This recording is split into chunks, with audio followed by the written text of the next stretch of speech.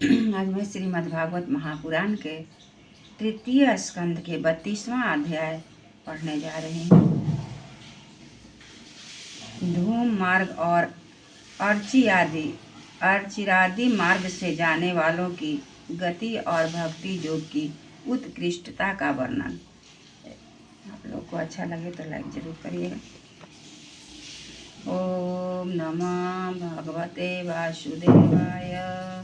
ओम नमो भगवते वासुदेवाय। ओम नमो भगवते वासुदेवाय।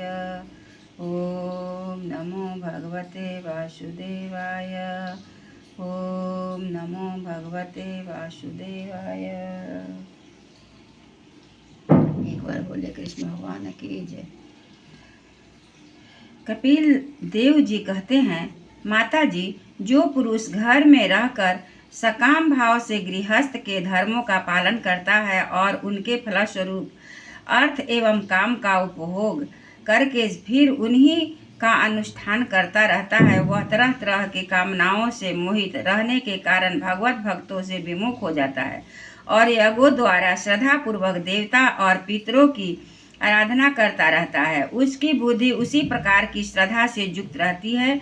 देवता और पितर ही उसके उपास्य रहते हैं, अतः वह चंद्रलोक में जाकर उनके साथ सोमपान करता है और फिर पुण्य क्षीण होने पर उसी लोक में लौट जाता है। जिस प्रकार प्रलय काल में शेष साई भगवान शेष शैया पर शयन करते हैं, उसी समय असकाम गृहस्थाश्रमियों को प्राप्त होने वाले ये सब लोग भी लीन हो जाते हैं। जो विवेकी पुरुष अपने धर्मों का अर्थ और भोग विलास के लिए उपयोग नहीं करते, बल्कि भगवान की प्रसन्नता के लिए ही उनका पालन करते हैं, वे अनासक्त, प्रशांत, शुद्ध चित्त, निर्भीति, धर्मपरायण, ममता रहित और अहंकार शून्य पुरुष स्वधर्म पालन रूप सत्व गुण के द्वारा सर्वथा शुद्ध चित्त हो जाते हैं। वे अंत में सूर्य मार्ग, अर्ची मार्ग और देवयान के द्वारा सर्वव्यापी पूर्ण पुरुष श्री हरि को ही प्राप्त होते हैं, जो कार्य कारण रूप जगत के नियंता, संसार के उपादान कारण और उसकी उत्पत्ति, पालन एवं संहार करने वाले हैं। जो लोग परमात्म दृष्टि से हिरण्यगर्भ की उपासना करते हैं, वे दो प्रार्थ में होने वाले ब्रह्मा जी के प्रलय पर्यंत उनके सत्यलोक में ही रहते हैं। जिस समय देवतादि से श्रेष्ठ ब्रह्मा जी अपने द्वीप प्रार्थ काल के अधिकार को भोग कर पृथ्वी, जल, अग्नि, वायु, आकाश, मन, इंद्रिय, उनके विषय शब्दादि और अहंकार रहित के सहित संपूर्ण विश्व का संहार करने की इच्छा से त्रिगुणात्मिका प्रकृति के साथ एक रूप होकर निर्विशेष परमात्मा में लीन हो जाते हैं, उसी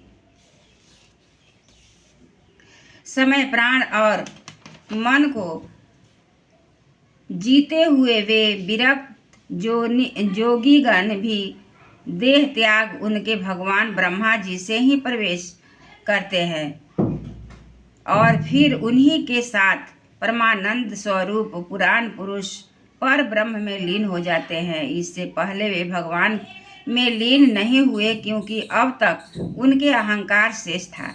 इसलिए माता जी, अब तुम भी अत्यंत भक्ति भाव से इन श्री हरि की चरण शरण में जाओ। समस्त प्राणियों का हृदय कमल ही उनका मंदिर है और तुमने भी मुझसे उनका प्रभाव सुन ही लिया है। वेद गर्भ ब्रह्मा जी भी, जो समस्त स्थावर जंगम प्राणियों के आदि कारण हैं, मरीचि आदि ऋषियों, जोगेश्वरों, सनकादिकों तथा जोग प्रवर्तकों, सिद्धों के सहित निष्काम कर्म के द्वारा आदि पुरुष श्रेष्ठ सर्वगुण ब्रह्म को प्राप्त होकर भी भेद दृष्टि और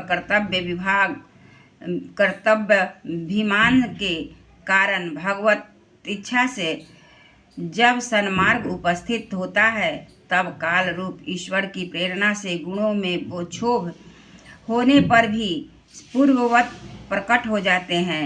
इसी कारण पूर्वोक्त ऋषिगण भी अपने अपने कर्मानुसार ब्रह्मलोक के ऐश्वर्य को भोगादीच्छा से गुणों में क्षोभ होने पर पुनः इस लोक में आ जाते हैं। जिनका चित्त इस लोक में आसक्त है और जो कर्मों में श्रद्धा रखते हैं, वे वेद में कहे हुए काश्य और नित्य कर्मों को सांगोपांग अनुष्ठान करने में ही लगे रहते हैं।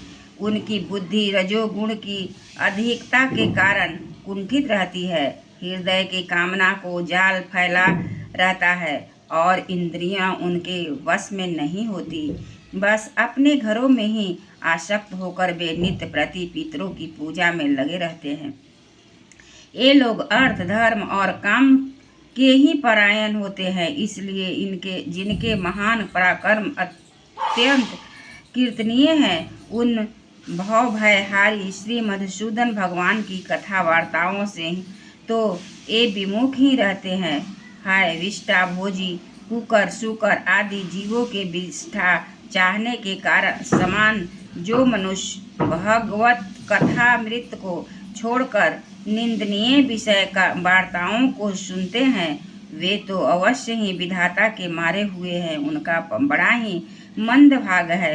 गर्भाधान से लेकर अंत्येष्टि तक जब संस्कारों को विधि पूर्वक करने वाले इस साकाम कर्मी सूर्य से दक्षिण ओर के पितृयान या ध्रुव मार्ग से पितृश्वर अर्जुमा के लोक में जाते हैं और फिर अपनी ही संतति के वंश में उत्पन्न होते हैं।